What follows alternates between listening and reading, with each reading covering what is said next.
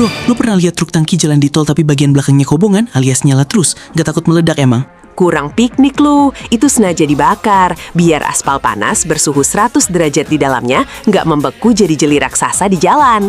Emangnya kalau ngerindu kupel ta? Wah horor, kalau mengeras lubang keluarnya bakal tertutup total. Disendok pakai beko juga nggak mempan, proyek jalanan bisa mangkrak dan rugi bandar.